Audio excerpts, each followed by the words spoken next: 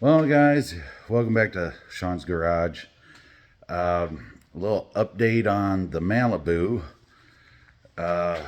Just about got her to where she'll fire up, but the fast fuel injection is a little, or the fast sportsman fuel injection is a little beyond my capability. I got it all hooked up and I got it to spin over and fire a couple times, but I can't get it to run. Just I don't have the tuning knowledge for it, so I'm gonna have to tow it up to a tuner and have it tuned, but it shouldn't be a big deal. But it's all hooked up, fired, ready to go. I'm gonna switch over and show you a little bit of what I've done. I also have a bit of a critique on fiberglass bumpers from Featherlite.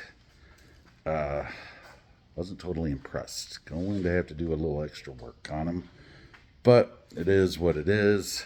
You know, when it gets shipped LTL, it's not the greatest, but I'm gonna switch over to the car. All right, 78 Malibu.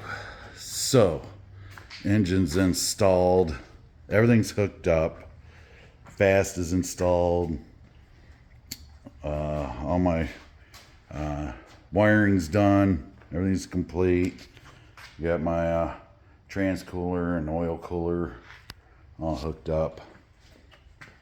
So she's pretty much ready to go. The only thing I got left, I've got to rework my exhaust because I went with different headers and you know the deal. But working on that. Got my gauges and my seats from Summit all installed. Brackets were fairly decent. The only real complaint I had about that is the way the mounting brackets down here sit. There's a cross member that goes across your floor brace, and so I had to set it behind that to keep it from laying back and get the seats down low enough to where my head would clear the roof with a helmet on.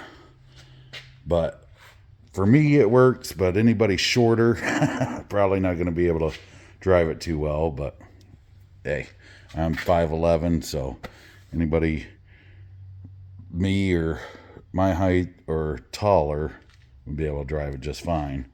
Got my odometer gauges all hooked up, did a custom mount and everything. That's all aluminum. Did these inserts and stuff. That's all aluminum with the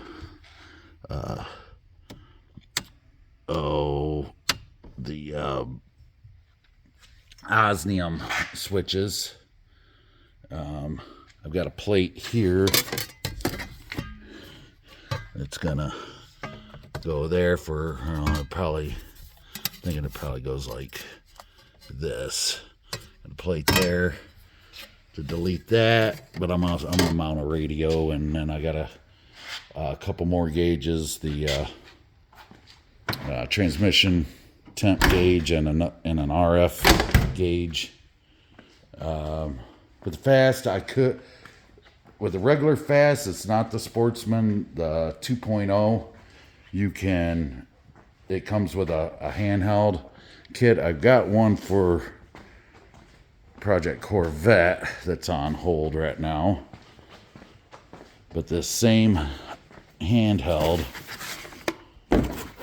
you get with the regular fast 2.0. This is easy EFI, but it's pretty much the same thing. You get a controller and you do all your setup with that, so it'd probably be easier. I just went Sportsman because I'm running a large cam and stuff, and I may, it's got nitrous controller. It's already set up, to run nitrous if I want to do that. And it's just a little more racer.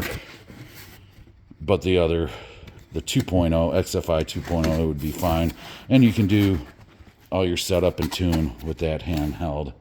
But with the Sportsman, it doesn't come with that option. You can put a handheld in it, but all it does is it's basically just another dash for gauges and stuff. You can't do any tuning with it. So that's why I just went with a AFR gauge, because there's no point in getting that handheld. Now, let's see, I got, electric water pump. Made this bracket for my oil relocator, which is also nifty. It's also a thermostatic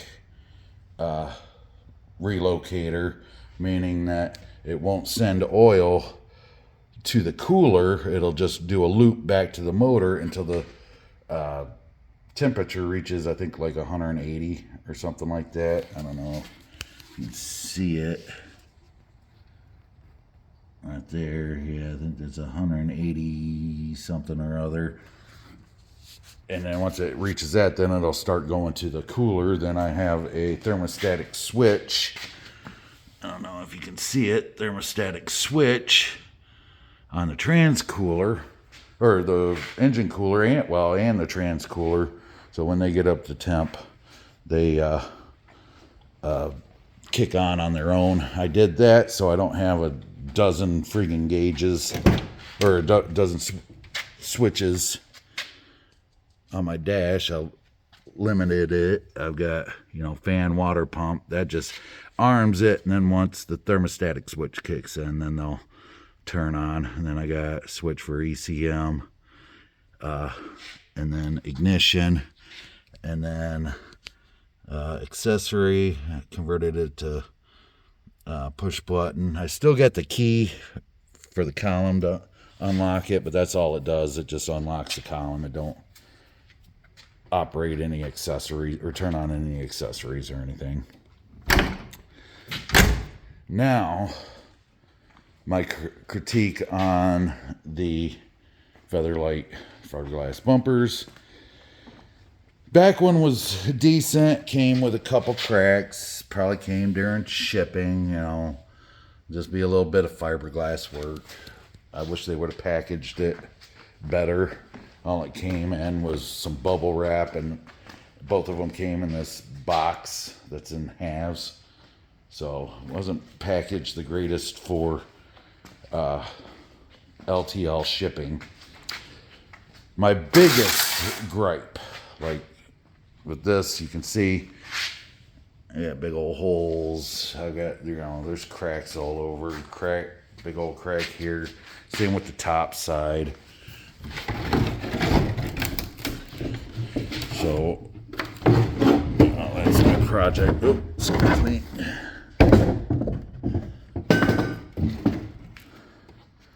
Crack there. Both corners have holes in them. That's not my biggest gripe. My biggest gripe is this protective film that they put on it. Some kind of adhesive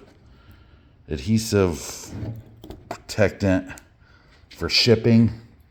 Well, it's friggin' glued on. It won't peel off. No matter what I've done, I've tried to peel it. I mean, you can get it to peel a little bit, but it's friggin' taken forever.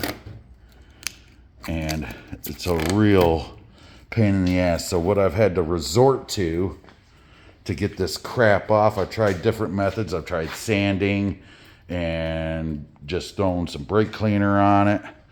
And the only thing I found that works even halfway decent is the old propane torch. Heat it up and then scrape it off. Spray it with brake clean a dozen times and wipe the glue off with a rag. Real pain in the butt. I've got probably a good 2.5 hours into it already, and all I've gotten is this top portion and this one side. This one side I tried, sanding, and oh, it was a freaking nightmare. I've tried wire wheel, I've tried sandpaper, or the old pad. The only thing that's working is a torch and scraping and brake clean. Real bummer. But it is what it is. But I'll be probably getting her tuned within the next 2 months. I still got some stuff. Picked me up the old Lincoln welder. I got to build a stand for that so I can build my brackets and support and everything for the bumpers, because if you don't put a brace across it and mount it real good over time, it'll end up sagging. So I got to build a brace. Same for the back. I got to replace a rear frame section. You probably can't see it here, but under the car I got a big old fist size hole in the back, but that's standard for a 40-year-old G body. And then redo my exhaust. I shouldn't have to buy anything. I should be able to use what I got. I was able to save the tubes and the X pipe and everything, and then get that done, and she will be on the road again. You can see right here, my last inspection last time I was to the track was 2019. So these projects take time and money. They actually take more time than money. I got plenty of time, just getting money.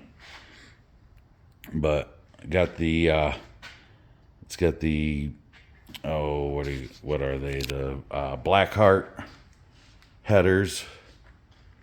They fit nicely. When I first got this car, it had a 454 big block in it, and it had the headers that go around the steering column.